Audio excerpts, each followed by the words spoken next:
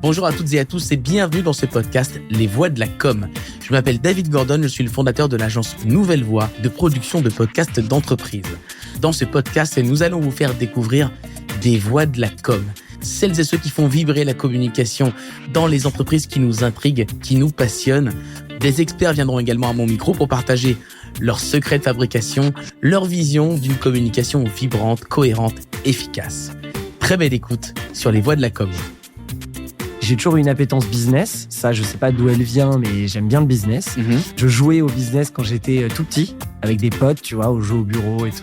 Bref, ça m'a toujours attiré. À partir de maintenant, je veux faire ça dans ma vie. Peu importe l'industrie et le projet, parce que je suis très curieux. Tu penses toujours que ta première boîte, c'est celle de ta vie. Mais en fait, c'est juste une direction, ça t'amène ailleurs. C'est tu passes des marches, des étapes, t'apprends. J'ai fait que ça, pitcher, vendre, communiquer et me retrouver face à des situations inconfortables. Notre métier, c'est de designer la culture des boîtes, d'être ce partenaire clé qui va aider toutes les entreprises de développer leur culture. Une culture, on ne dit pas qu'elle est interne ni externe, c'est pour autant tes clients, ta communauté que tes équipes. Les prises de conscience, elles sont là, les actions pas encore.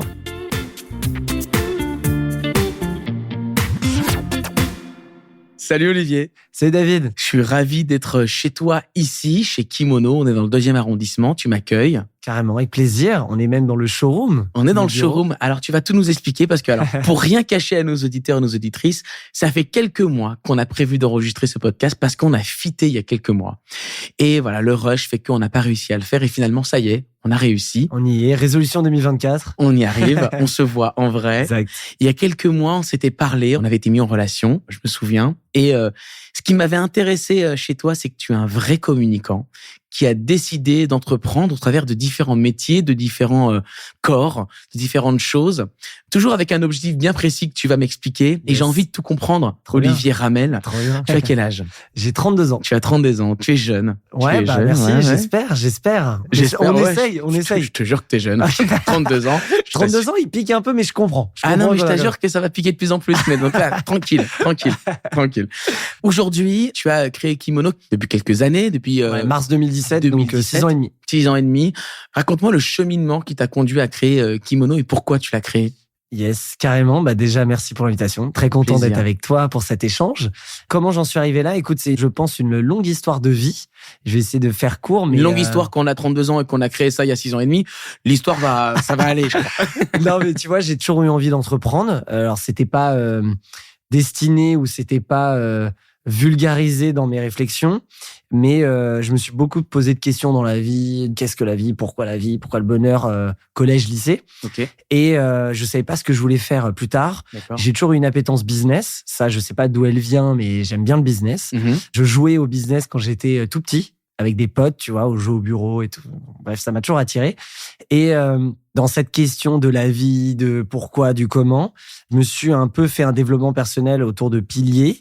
Tes amis, ta famille, ta santé et ton travail. Et du coup, je me suis dit, mais quel travail je peux faire? Et en fait, je l'ai compris après, créer des choses, créer des projets de A à Z, le lancer, communiquer, le vendre, manager une équipe, en tout cas, développer un projet. C'est ça que tu aimes. Ça m'anime grave. Et c'est là où j'ai trouvé, en fait, ma vraie raison d'être de ma liberté, créer des projets, j'apporte de la valeur. J'ai pas l'impression, du coup, de bosser et je fais pas de lien entre vie perso, vie pro. C'est ma vie. Et ma vie, j'ai un équilibre avec différents piliers, dont le boulot. Et du coup, je me suis amusé à créer des projets. Donc, du coup, j'ai commencé au lycée. J'ai créé un premier projet qui est lié à l'histoire de Kimono. C'est le fait de créer le suite officiel de mon lycée. Donc, un peu à l'américaine. Ouais. Elle est dans le bureau, d'ailleurs. On l'a gardé en hommage. C'est ça. C'était le lycée Alexandre Dumas à Saint-Cloud dans le 92. Et on avait fait un suite avec écrit Dumas, High School, etc. Ça m'a confirmé l'envie d'entreprendre. Donc, je me suis dit, à partir de maintenant, je veux faire ça dans ma vie. Peu importe l'industrie et le projet, parce que je suis très curieux. Et du coup, j'ai enchaîné. Je suis entré en école de commerce. J'ai monté, mes 3 premières années, que des projets, pas vraiment des entreprises, plus ou moins sérieux. Mais j'ai fait mes armes. J'ai compris là où j'étais bon, là où j'étais moins bon, etc. Ça m'a donné un peu plus de confiance en moi. Et derrière, j'ai monté ma première boîte, puis une deuxième, puis une troisième, puis une quatrième. Et la 5e, c'est Kimono, en 2017. Donc voilà, donc c'est pour ça que je te dis, il y a une longue histoire derrière. Donc ça fait à peu près plus de 12 ans que j'entreprends. Je commençais à 19, 20 ans. Et le déclic de Kimono part de mon premier projet en plus. Oui. C'est ça qui est beau. C'est le Sweet High School. Exactement. Donc voilà comment on en est venu là. Tu penses toujours que ta première boîte, c'est celle de ta vie, mais en fait, c'est juste une direction, ça t'amène ailleurs. C'est tu passes des marches, des étapes, t'apprends. Et Kimono m'amènera ailleurs aussi, j'en suis sûr. Mais c'est intéressant pour les communicants, les communicantes qui nous écoutent, qui reçoivent des prestataires régulièrement. D'où vient cette envie d'entreprendre, d'où on vient. C'est intéressant aussi d'avoir cet effet miroir. Et parfois, les responsables qui nous reçoivent s'interrogent sur quelle est la pérennité de l'entreprise. Oui, c'est vrai. Et en fait, voilà, on a créé un suite. Et là, c'est l'exemple qui est intéressant. Voilà, on a créé un suite qui a fait d'autres choses. Et voilà, le garçon est encore là, même si les entreprises ne sont pas forcément là. Sûr. Le garçon est là. Il a grandi. Il a pu acquérir, c'est ça, des compétences. C'est ça. T'as appris à chaque fois, en fait. J'ai appris à chaque fois et je disais toujours, il n'y a pas d'échec, il n'y a que des enseignements puisque ça se passe pas toujours comme tu veux. Et au final, tu vois, pour répondre à la question initiale, la vraie raison d'entreprendre, c'est qu'en fait, moi, c'est comme ça que j'estime être libre et être épanoui. Et c'est ce qui fait que du coup, je suis heureux. Donc du coup, quand tu parles à des clients dans le domaine de la communication, on va y venir vraiment très concrètement. Et présenter ce qui est Kimono. Ce qui est Kimono, on va y venir. Qu'est-ce que tes différentes entreprises t'ont appris, voilà, lorsque tu es en rendez-vous avec un grand client ou un petit, peu importe. Voilà, qu'est-ce que tu as appris de tes différentes expériences? Qu'il faut être un grand caméléon. Peu importe les situations, puisque j'ai vécu des situations où que ce soit un petit ou un grand client avec différentes personnalités, donc des personnes qui te prennent de haut, des personnes très réservées, timides, qui sont complètement gênées, des situations un peu étranges. Parfois, tu avais prévu avec rendez-vous avec une personne, ils sont 6 et en fait, il y a le big boss. Donc plein de situations en dehors de ta zone de confort. Et donc, ce que ça m'a appris, puisque du coup, j'ai fait que ça, pitcher, vendre, communiquer et me retrouver face à des situations inconfortables. En fait, la force et ce que ça m'a appris, c'est caméléon et tout de suite de comprendre à qui t'as affaire, mais dans presque une seconde, de se dire, OK, ça va se passer comme ça. Et donc, de changer ta posture, adapter ton attitude, adapter ton discours. Et dans un objectif premier, c'est que la personne en face se sente toujours bien. Ça veut dire que si elle te prend de haut, tu sais, pour qu'elle se sente bien, il va falloir rentrer dans son jeu. Donc, du coup, tu sais comment faire. Si c'est quelqu'un qui est très mal à l'aise, très timide, et du coup, tu sais aussi comment tourner le truc. Donc, ça m'a vraiment appris une capacité presque sociale, humaine, psychologique et comprendre les personnes. Et ça m'intéresse, du coup, vraiment fort parce que quand tu maîtrises un peu ce jeu, derrière, tu peux être dans toutes les situations possibles, imaginables de ta vie perso. Et donc ça, c'est ma grosse force que j'ai appris au fil des rendez-vous. Au fur et à mesure. Alors, tu parles de psychologie, tu parles de développement personnel. J'ai l'impression que très tôt, tu as eu des questionnements intérieurs qui t'ont fait progresser très vite. Et c'est relativement rare d'avoir un entrepreneur d'une entreprise comme Kimono qui a des salariés, qui ont des beaux bureaux ici dans le 2e à 32 ans. C'est un cheminement qui a commencé très tôt pour créer une entreprise, j'imagine, avec une vision de ce que tu veux faire dans la communication pour les entreprises. C'est quoi cette vision de Kimono? Kimono, notre métier et notre vision, c'est de faire rayonner la culture des entreprises. Donc nous, on a inventé un terme qu'on s'est approprié, on dit qu'on est des culture designers. Donc notre métier, c'est de designer la culture des boîtes, d'être ce partenaire clé qui va aider toutes les entreprises de développer leur culture, puisqu'une culture forte, et on en parle encore plus post-Covid et encore plus dans les sujets de crise, qu'une culture, elle te permet d'attirer les meilleurs talents, elle permet de fédérer ton équipe, créer ce fameux sentiment d'appartenance qu'on peut retrouver dans une équipe de sport ou autre que tu as envie d'avoir dans ta boîte. Ça permet d'aligner les équipes autour de valeurs communes, visions communes, etc. Et donc nous, notre métier, c'est de la designer. Et comment on fait? Sous différents axes. Sous 4 métiers, sous différents axes. Et le but, c'est de créer un peu différentes verticales. Donc, en fait, t'es dans le magasin de la culture. Là, il y a des t-shirts, il y a des... Non, mais tout est très stylé. On est loin de l'objet promotionnel qu'on peut voir. Clairement, ça, c'est un métier. Et l'idée, c'est vraiment de dire comment on rend ta culture tangible. Et donc, on a 4 métiers qui sont apparus au fil des années. Le premier, c'est celui dans la pièce là où on est, c'est le showroom, donc c'est de faire des vêtements et des objets personnalisés parce que ça passe par quelque chose de tangible et qui se voit. Et on voulait dépoussiérer le marché du goodies, donc du coup que des trucs hyper quali, c'est clair, qui sont éco-responsables, produits en France, personnalisés, avec toute une approche et une expérience client. Donc ça a été notre premier métier et on est connu pour ça. Qui vient de ton histoire quelque part. Et qui vient de mon histoire. L'idée est venue de là, etc. Donc du coup c'est assez drôle comme quoi la boucle est bouclée maintenant. Et dans cette vision de culture designer, moi, day one, j'avais l'idée en tête de me dire, en fait, on va développer autre chose. Le gros switch, ça a été la deuxième offre. Ça a été de dire, après avoir habillé les équipes, on habille les murs. Et donc, c'est une offre d'aménagement d'espace de bureau. Donc, on a des archis d'intérieur, des archis qui, donc, du coup, rénovent, designent et retravaillent des bureaux, que ce soit des grands buildings ou des salles de réunion, toute taille. Et ça a été le vrai switch parce que il y avait un risque. Parce qu'on était connu pour faire des vêtements, des objets personnalisés et tout le merchandising. Est-ce qu'on est à côté de la plaque? où en fait ça passe dans la stratégie. Et c'est même pas les mêmes interlocuteurs commerciaux. On est bien d'accord. En plus, on parle pas sur d'autres personnes. C'est clair. C'est les services généraux ou alors direction générale. Ça dépend de la taille de la boîte, mais en effet c'est différent. Et en fait ça a cartonné direct pour plein de raisons. C'est que nous on a martelé notre discours d'être des culture designers, qu'on s'est jamais vendu comme un prestataire fournisseur textile. On est culture designer et au début on a un premier produit qui permet ça, mais c'est vraiment le premier petit produit. Donc du coup ça a été très bien accueilli. Et derrière, on a continué les offres et plus on a lancé de vertical, plus ça a musclé le discours. Donc en gros, on a lancé après une troisième offre qui est du conseil en culture où notre métier, c'est de mesurer, transformer, scanner la culture d'une boîte, l'aider à passer au niveau supérieur avec différents livrables comme le Culture Book. Et on va en parler de ça. Avec plaisir. Ouais. Donc ça, c'est du cerveau humain. On a développé une R&D et une vraie méthode. On est presque les seuls à le faire en France. Ça existe pas mal aux États-Unis, mais ça devient un vrai sujet. Et on a développé une quatrième offre qui est sortie en 2021, qui est une offre événementielle. Donc, c'est faire vivre sa culture. Et donc, c'est une autre marque, elle s'appelle Kimono Life. Et on organise tout ce qui est séminaire, team building, tous les événements internes qui font vivre la vie d'une boîte. Et du coup, aujourd'hui, on a créé le marché de la culture entreprise. On a certes des concurrents dans chaque métier, mais on est les seuls à y répondre. Et tu disais, parfois, c'est des différents interlocuteurs. Mais en fait, maintenant, on est choisi parce qu'on fait beaucoup plus. Et du coup, ils préfèrent avoir un prestataire qui s'occupe de leur événement, des outfits et des objets. Il y a un sujet culture, il y a des bureaux. Et donc, en fait, ça augmente notre panier moyen. Et surtout, on devient un partenaire stratégique pour les boîtes. Et c'est ça notre vraie différence sur le marché. Ouais. C'est quoi ta vision à toi d'une culture d'entreprise qui pourrait être quoi? Qui pourrait être joyeuse? Qui pourrait être... C'est quoi la culture d'entreprise idéale d'une entreprise, si c'est possible d'en avoir une? Alors, ça n'existe pas. Ouais, je m'attendais à ta réponse. Elle est unique, forcément, et on se bat, justement, il n'y a pas de... Qu'est-ce qu'on cherche à avoir? Qu'est-ce qu'on cherche à obtenir? En fait, nous, on a redéfini le principe de culture entreprise. Donc, ça part déjà de là. C'est de se dire qu'une culture, tu peux pas la copier, tu peux t'inspirer, mais elle est forcément propre à toi. Et nous, on a redéfini le principe, comme je te disais. Donc, une culture entreprise, c'est 4 piliers fondateurs. Que ce soit une maison, un immeuble, peu importe l'image, c'est 4 piliers. Le premier, ça part d'une raison d'être. Donc, c'est pourquoi on fait ça, pourquoi on se lève tous les matins et à quoi on sert, à quoi nos produits, nos services servent et quelle est notre vraie raison d'être. Ça, c'est la base.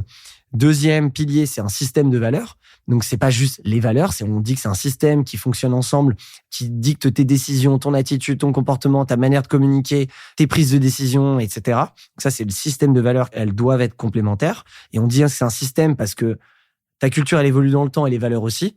Et tu peux les faire évoluer, mais tu peux pas changer une valeur comme ça en disant « Ah, on avait mis ça, on va le changer, tiens. » Bah non, en fait, le système s'effondre. Encore faut-il être clair sur ces valeurs. C'est jamais simple. Parce qu'entre les valeurs qu'on perçoit, nous, les valeurs que les clients perçoivent, que les partenaires perçoivent, c'est même pas simple de les définir, ces valeurs. Justement, mais quand elles sont claires et qu'elles sont exprimées partout, normalement, c'est censé être compris de tous. Ouais, ça ruisselle partout. Puisqu'une culture, on dit pas qu'elle est interne ni externe, c'est pour autant tes clients, ta communauté que tes équipes. Ouais. Donc ça, c'est deuxième pilier. Troisième pilier, c'est l'identité. Donc on peut la comparer souvent au sujet de marque employeur. Et d'ailleurs, il y a beaucoup de boîtes qui pensent qu'il faut travailler juste la marque employeur et tout va bien. Or, c'est juste une façade. Et c'est comme ça qu'on a des désillusions et des cultures toxiques derrière. Mais donc, ton identité, ta marque employeur, c'est la personnalité de l'entreprise. Quelle est son identité? Pas que visuelle, sa personnalité, ses symboles et tout ce qui rythme son identité. Donc, si tu as un iceberg en image, imagine que en dessous, c'est la raison d'être et les valeurs. Et ce qu'on voit, en fait, c'est l'identité. Mais on sait qu'un iceberg, tu vois que le plus petit et qu'il y a le plus grand en dessous.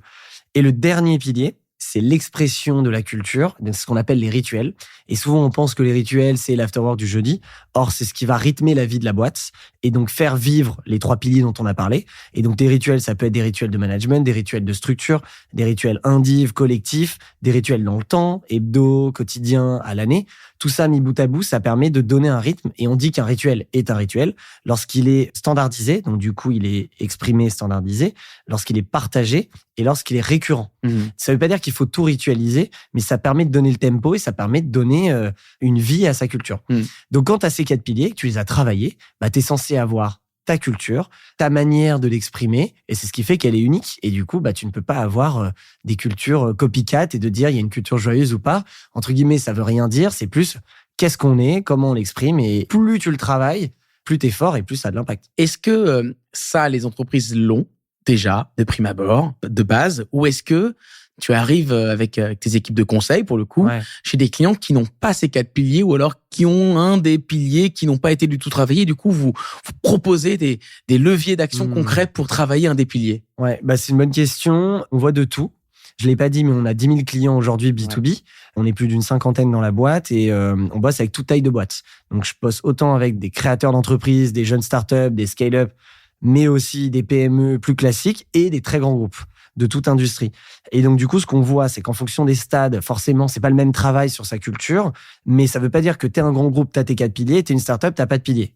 Tout est mélangé. Ouais. C'est-à-dire, moi, j'ai déjà eu des startups où ils sont 30, tout était travaillé nickel, et ils avaient besoin de nous pour justement travailler soit un dernier pilier, soit justement comment le formaliser, c'est-à-dire on l'a, mais comment on le formalise, parce que justement ça, on arrive à bien le faire, ou justement des boîtes qui ont peut-être un pilier, ou alors c'est le bordel, ou alors c'est bullshit, et donc du coup maintenant on veut être dans le vrai, et on veut plus faire de top-down, mais justement comment on co-construit sa culture. Donc honnêtement, on voit de tout. Il y a parfois, c'était comme ça avant, on n'y croit plus, on veut repasser à un nouveau cap, et ben on fait ce travail de transformation. Parfois, il manque un pilier, mais nous, on n'aime pas trop, on aime bien retravailler tout en général. On passe par une phase d'audit, etc. Et parfois, c'est performer. Et une culture, tu peux la travailler quand ça va bien, quand ça va mal, quand il faut aller mieux, quand il faut aller plus vite, plus fort, parce que on aime bien la phrase de culture to cash, de dire que ta culture a un impact sur ton business et un ROI à la fin. Et donc, du coup, faut le voir comme un investissement et pas juste un truc sympa, qui est marrant. Et pour un peu décrire tout ça, en fait, les Américains, ils ont été très forts là-dessus. C'est ce qui a fait le succès de plein de boîtes et ils ont compris que la culture était clé. Les grands groupes, donc là, on parle d'il y a 20, 30 ans, 40 ans, les grands groupes européens ont essayé de copier et ils se sont dit, on va faire comme les Américains, donc on va mettre des valeurs sur un mur, on va tout faire bien, mais on oublie de le travailler. Donc, c'est juste de la surface. Ce qui a fait que, en tout cas, moi, je suis de cette génération où la culture, j'avais une vision bullshit. Non, mais la culture, c'est nul, en fait. Et donc ça a été le problème. Et maintenant, ils se rendent compte, je parle encore des grands groupes, ils se rendent compte que, du coup, il y a une déperdition des talents, que les personnes, ils viennent plus pour des carrières. Et donc, du coup, ils doivent tout retravailler. Et donc, il y a des gros chantiers. Maintenant, tout le monde a compris que c'était un investissement et que c'était... Alors, j'allais te poser cette question-là. C'est à quel moment les entreprises viennent te voir? Pourquoi? Est-ce que c'est lorsqu'ils sont face à une difficulté, un problème particulier, qui viennent vous voir pour travailler cette culture d'entreprise? C'est quoi le process, en fait? Comme je disais, c'est pas forcément quand ça va mal. Ça peut être, on est dans une phase d'hypercroissance. C'est-à-dire, on est 5 000, on doit être 10 000 dans 2 ans. Comment on gère l'onboarding? Parce que la culture, c'est l'onboarding, c'est plein d'aspects. Et donc, comment tu gères ça? Donc, du coup, ça arrive souvent. On a des boîtes où ils sont 2 000, ils vont passer à 10 000 en 3 ans et on doit les accompagner sur comment tu formalises ta culture pour que d'un point de vue humain, people, talent, ce soit au point. Donc ça peut être sur de l'hypercroissance. Bien sûr, ça arrive aussi quand il y a eu une grosse vague de licenciements, il y a eu une crise dans la boîte, qu'elle soit sociale, financière, stratégique, changement d'actionnaire, revente. Donc, des challenges plus que des problèmes. Ouais. Et ils se disent que un des enjeux au-delà du business, c'est de retravailler cette culture et c'est le bon moment. Et donc là, on vient nous voir. Mais honnêtement, que ce soit un groupe pharmaceutique, un groupe de l'audiovisuel, une start-up, c'est toujours des raisons uniques. Et la trend, c'est que c'est vraiment 50% quand tout va bien et c'est plus pour performer. Ouais. Et 50%, c'est le bordel. Tout le monde se barre. J'ai un turnover de fou. Comment je peux la travailler et comment je peux la faire évoluer? Et c'est là où on entre en jeu, mais ils ont tous des problématiques différentes. Et ça concerne tout le monde. Il y a personne qui est un gilet pare-balles, sauf ceux, franchement, on voit des entreprises, du coup, elles viennent pas nous voir, entre guillemets, mais qui sont vraiment hyper inspirantes. Elles sont au top. Et elles ont réussi à avoir une culture ultra carrée, quoi. Donc alors, ça fait plaisir. Ça serait quoi la recette de ces entreprises-là qui font pas donc tes affaires parce qu'elles viennent peut-être te voir. Mais non, mais peut-être qu'elles ont besoin de vêtements et de bureaux. Peut-être qu'elles ont besoin de vêtements, mais est-ce que ces entreprises, dès le début, elles ont mis la culture déjà au cœur tout de suite? Est-ce qu'ils ont, je sais pas. Non, mais souvent c'est le cas. C'est quand les fondateurs initiaux, c'est un sujet qui leur tienne à cœur et qu'ils l'ont mis direct au cœur de la stratégie. Et tu vois, pour pas parler de jeunes startups, mais plus de grandes boîtes que tout le monde connaît, Decathlon. Ils sont très très forts dans la culture de boîte. C'est quand même un des gros leaders. C'est une très belle boîte française. Je sais pas combien ils sont exactement, mais c'est plusieurs dizaines de milliers, si ce n'est centaines. Je sais pas les chiffres. Mais toutes les personnes que je rencontre chez Decathlon, à tous les niveaux, il y a un alignement qui est assez fort et on le sent du top au down. Et ça m'a toujours surpris et on a fait des cas pratiques avec eux pour justement comprendre. Et c'est là où tu te dis, mais c'est une machine de guerre. Et donc ça, c'est parce que les fondateurs de base.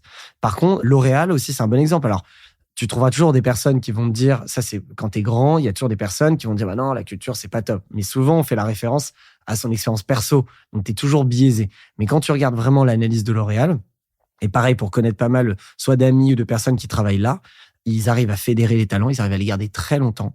Ils sont tous pareils, pas de manière négative, ils se ressemblent, mais franchement, des personnes de L'Oréal, tu les reconnais, dans leur manière d'être, dans leur vision des choses. Et tu te dis, putain, c'est puissant, quoi. Ouais. Et ça, c'est des cultures fortes. C'est des exemples de boîtes qui sont forts. Avec au passage 2 entreprises qui font des radios régulières. Decathlon a une radio une radio d'entreprise tous les matins. C'est vrai. L'Oréal fait des podcasts très régulièrement aussi. Mais ils sont hyper innovants. Ils sont hyper innovants et voilà. C'est marrant que tu marques ces 2 exemples-là. Ouais, parce que c'est des boîtes que tout le monde connaît. Je pourrais parler de startups, de boîtes aussi innovantes qui le font, mais c'est des boîtes anciennes qui ont essayé de mettre ça en avant et surtout dans la transmission entre les CEO, les DG, les DRH et toutes les personnes clés, bah ça s'est fait de passation en passation et ça marche. Mais on a déjà vu des exemples où c'était pas du tout le cas pendant 20 ans, 10 ans, 5 ans.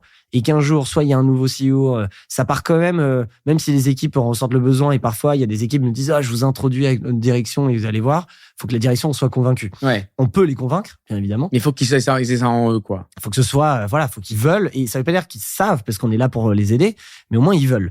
Et on a déjà vu où il y a eu un changement et ils disent là avant c'était comme ça nous allait pas, maintenant on va dans cette direction et il faut qu'on retravaille notre culture et on repart à zéro. Est-ce que tu as des exemples de ce que ça peut apporter concrètement à une entreprise, un avant-après, comme tu évoques le avant-après? Voilà, qu'est-ce que ça peut apporter à une boîte? Si tu as des exemples, c'est avec plaisir de nous les partager, mais concrètement, qu'est-ce que ça apporte? Parce que souvent ça peut paraître comme un peu flou, pas simple à comprendre, les fameux KPI, les ROI. C'est vrai, on va y venir au KPI, comment on mesure tout ça. Mais qu'est-ce que ça apporte concrètement?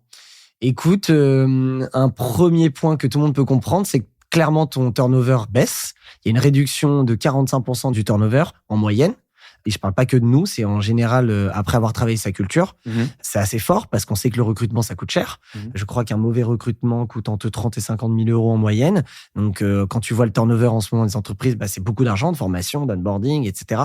Donc, tu réduis réduis pourquoi? Parce qu'on se sent chez soi, parce que je vais te dire, il y a beaucoup d'entreprises que je rencontre dans le monde de la com qui me dit, j'ai même rencontré récemment un entrepreneur qui fait des goodies qui m'a dit, je vais réduire le turnover. Je fais, écoute, t'es mignon.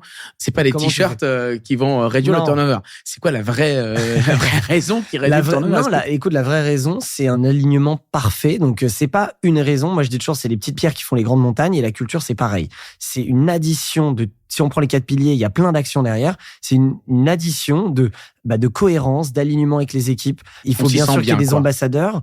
On s'y sent bien personnellement parce que soit ton travail t'es épanoui, t'apprends, tu comprends et tu sais ce que tu fais, pourquoi tu le fais. Et peut-être parce que c'est aligné aussi avec tes valeurs, ta culture. C'est que ça match dès le début. Complètement. Ça peut arriver, mais tu peux très bien te retrouver dans une boîte où il y a que des gens différents. Et surtout, il faut avec des valeurs différentes. Mais par contre, le tronc commun, c'est qu'ils croient tous à la même chose, qui est la direction de la boîte, pourquoi on fait ça, le produit, etc. Ce qui fait que du coup, t'es moteur. Donc, du coup, il y a des enjeux de communication. Sa culture, il faut communiquer, il faut répéter, il faut embarquer des personnes. Ensuite, il faut avoir des plans là-dessus, il faut du développement. Enfin, c'est plein de sujets qui font qu'à la fin, les personnes ont moins envie de partir. Donc, le turnover parce qu'elles se sentent bien. À la fin, elles se sentent bien. Donc, turnover. Donc, ça, c'est un gros KPI. Sur le business, sur la vente, sur le business, une culture forte. Tu vois, nous, je peux parler de nous, puisqu'on est notre premier client et qu'on travaille notre culture en permanence. Aujourd'hui, tu vois, on a, je sais pas, des milliers de concurrents, ne serait-ce que sur les vêtements personnalisés, même l'agencement de bureau, l'événementiel d'entreprise. Et aujourd'hui, je me suis toujours dit, comment en fait tu te différencies? Donc, bien sûr, il y a le sujet de marque et de communication, mais ce qu'on a créé comme culture chez nous, où les équipes sont très engagées et justement, on a tout formalisé, on communique, on transmet, on illustre, on embarque, fait qu'aujourd'hui, j'ai des résultats en 6 ans et demi qui sont assez, je vais essayer d'être humble, mais assez ils sont intéressants, puissants, j'allais dire exceptionnels, mais assez intéressants par rapport à notre marché. Et on a une croissance jamais vue sur ce marché, ce qui fait que... Qui n'existait pas jusqu'alors, du coup, donc c'est bon. Ouais. Donc c'est bon, tu peux le dire. Je prends tous les autres marchés. Ce qui fait que parfois quand je me dis pourquoi, parce qu'en fait, je sais qu'il y a des concurrents qui peuvent faire aussi bien la même chose, et je me dis c'est l'équipe. Et je dis toujours, l'équipe est clé. T'as beau avoir un bon produit, un bon service, c'est l'équipe qui fait la différence. Et comment t'as la meilleure équipe, au-delà de leurs compétences, c'est justement leur état d'esprit et la culture qui émane de tout ça. Et donc du coup, moi je le vois et à chaque fois je me dis mais en fait sans cette équipe, on ne ferait pas ces résultats. Donc forcément, tu as un ROI sur ta vente, ton business et ton chiffre d'affaires parce que aussi, si on prend le pilier d'identité, ta culture, tu communiques dessus, interne, externe, etc. Forcément, ça fait de la visibilité. Des membres d'équipe qui sont fiers, ils parlent de leur boulot, ils parlent de leur boîte. Il y a beaucoup de référents, il y a beaucoup de réseaux, il y a beaucoup de bouche à oreille dans le business on le sait. Et donc, du coup, tout ça fait, in fine, en plus des stratégies, en plus de la visibilité, fait que ça impacte plus le business. J'ai plus la stat exacte, mais à moyen terme, ça apporte ta croissance et ça apporte des clients et donc du cash à la fin. J'ai envie qu'on parle de cette manière de mesurer la culture d'entreprise, parce que qui dit la mettre en place dit forcément la mesurer à un moment donné. Ouais. Comment vous faites? Et peut-être qu'on peut donner des tips aussi aux personnes qui n'auraient pas forcément des budgets, mais qui voudraient quand même s'essayer à la mesure de culture d'entreprise. On essaie d'ouvrir un peu le capot dans les voies de la com et de donner des tips. Déjà, pour ceux qui n'ont pas le budget d'une mission, on a fait une masterclass, kimonomasterclass.co, sans faire de pub, où c'est, je crois, c'est 400, 500 euros ou 600 euros. Et là, ça donne des éléments. On a 30 heures. Donc, c'est moi qui donne la masterclass avec des invités et on donne toute notre méthodo sur 30 heures. Donc, en vrai, c'est un mini budget, mais il y a du contenu. Et j'ai fait aussi beaucoup de conférences sur le sujet qui sont live, on peut en parler. Voilà, il y a du contenu gratuit aussi là-dessus pour ceux qui veulent essayer et réussir. Mais là, on n'a pas 30 heures, mais bon. Voilà, c'est ça. Mais en quelques mots et en quelques minutes, comment on mesure? Donc, ça part toujours d'une audit et d'une analyse des 4 piliers. Donc, que tu sois en début ou en fin. Donc, ça, c'est des rencontres, des interviews, des rencontres direction, des rencontres d'opérationnels. Il y a 4 piliers. Et donc, du coup, là, il y a une audit et une analyse quanti et quali.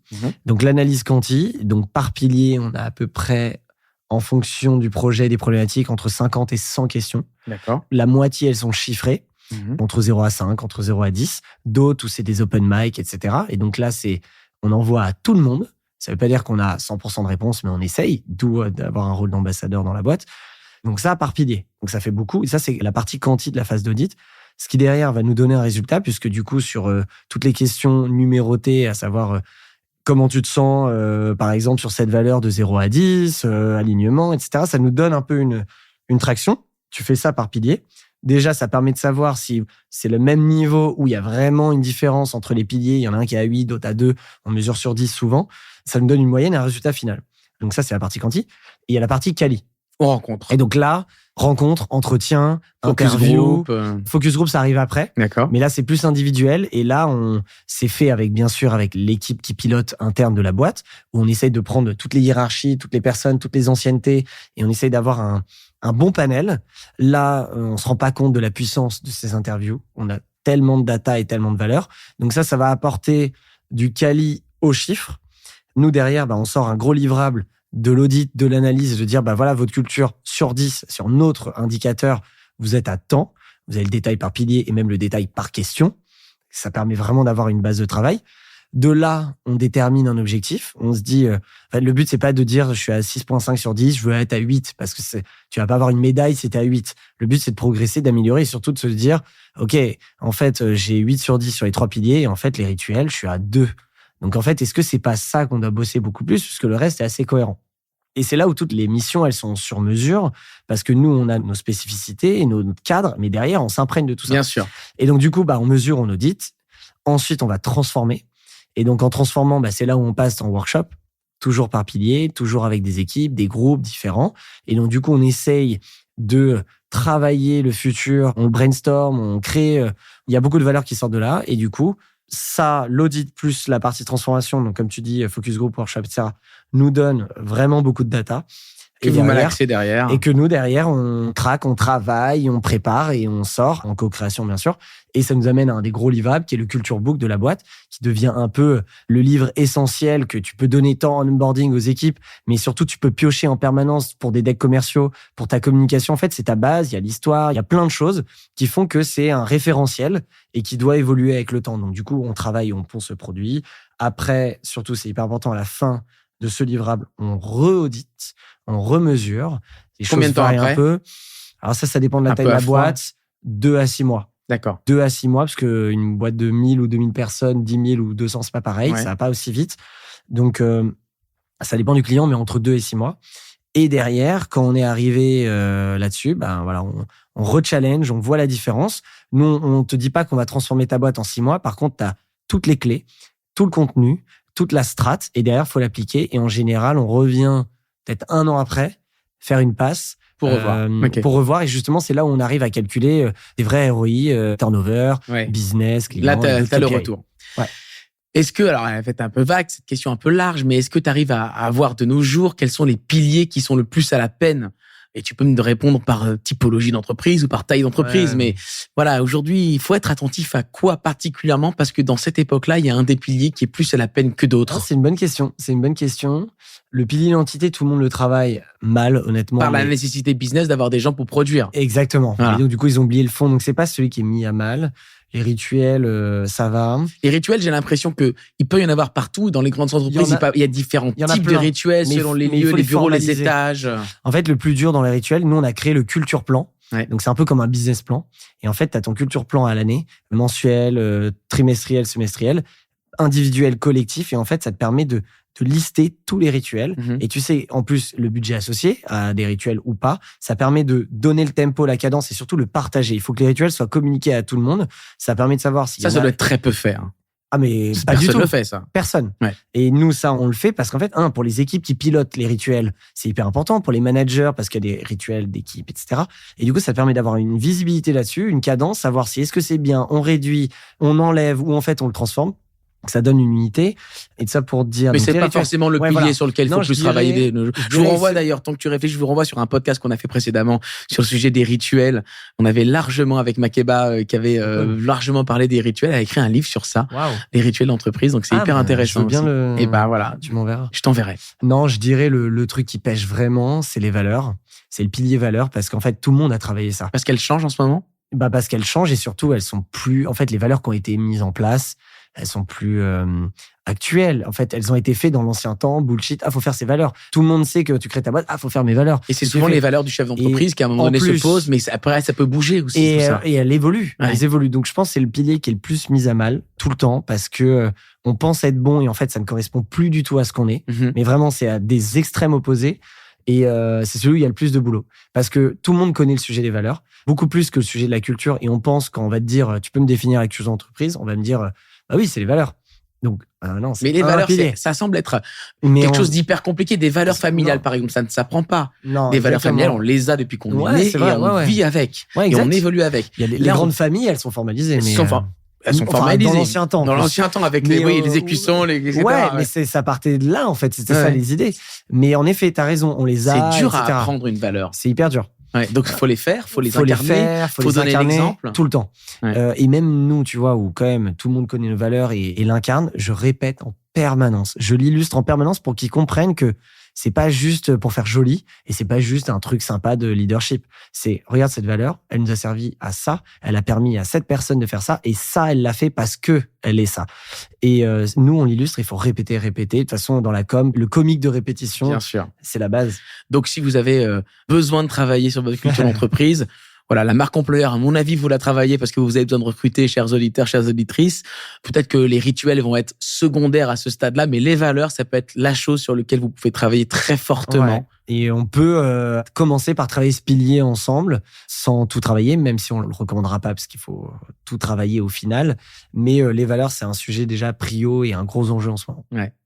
On va un peu se projeter quand même. On le dit, la culture d'entreprise évolue, les cultures d'entreprise françaises évoluent. Ouais. On l'a vu avant l'arrivée des Google et autres, c'était pas du tout la même chose. C'est Ensuite, clair. Les startups américaines ont ramené beaucoup de baby-foot dans les entreprises qui n'est pas la culture. Qui n'est pas la culture, mais du coup qui pensaient que c'était un levier intéressant de culture. C'est vrai, alors que zéro.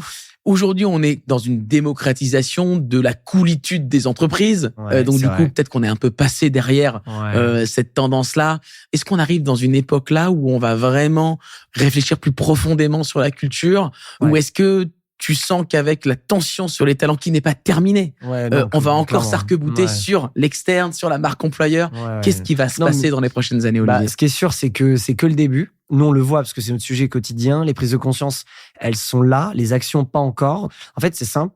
Une boîte qui ne travaille pas sa culture ne survivra pas. Ça veut pas dire qu'elle ne vivra pas. Ça veut pas dire qu'elle ne gagnera pas beaucoup d'argent. Ça veut dire qu'elle ne survivra pas. Les grands comme les petits.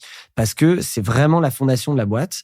Donc, ce qui va se passer, c'est que tout le monde va encore prendre beaucoup plus conscience que ce marché va se développer, qu'on sera peut-être plein de culture designers, qu'il y aura plein de solutions qui vont aider. Et la tendance, surtout que je vois, c'est que forcément, il y a une génération qui arrive, qui est déjà qui a mis le pied dans les entreprises, que ce soit la Z ou celle juste après. On le voit, nous, les jeunes stagiaires, les jeunes alternants, c'est une toute autre approche de l'entreprise, tant managériale, compétences, vision des choses, engagement personnel, beaucoup plus sensibilisé, impact. Moi, je veux plus un job pour faire un job. Comment je le fais? Pourquoi je le fais? De quelle manière? Comment faut que je sois traité? C'est assez difficile. On a eu des histoires vraiment, tu te dis, waouh, c'est lunaire, et on pensait, nous, déjà être un peu innovants par rapport à nos parents. Mais là, c'est complètement différent. Et pas forcément dans le bon sens. Ouais. Et on voit quand même beaucoup de négatifs dans tout ça. Mais il faut le prendre en compte, c'est la génération qui arrive. Donc, il faut s'adapter. Et ce qui est sûr, c'est que il faudra adapter ta culture de boîte avec ces nouveaux team members qui ont d'autres attentes et qui vont driver la boîte différemment parce que c'est eux les talents de demain. Donc, affaire à suivre, mais ce qui est sûr, c'est suivre les jeunes générations, travailler sur être sa à culture, l'écoute, être à l'écoute, comprendre ce qu'ils ont besoin. Ça veut pas dire se travestir, mais ça veut dire s'adapter. Les besoins. Ouais, s'adapter. Et en effet, je pense qu'on a passé la coolitude des entreprises. Ça, c'est out. Par contre, beaucoup plus de sens, mais ça, on le sait, beaucoup plus d'impact. Et ça, c'est dans le discours de tout le monde, même notre génération. Donc, la culture a un gros sujet. Ça va être le sujet qui va driver les vraies boîtes de demain et qui seront nos grands champions. Ce sera ceux qui ont construit une culture forte. Merci beaucoup, Olivier. Je t'en prie. Salut. Salut.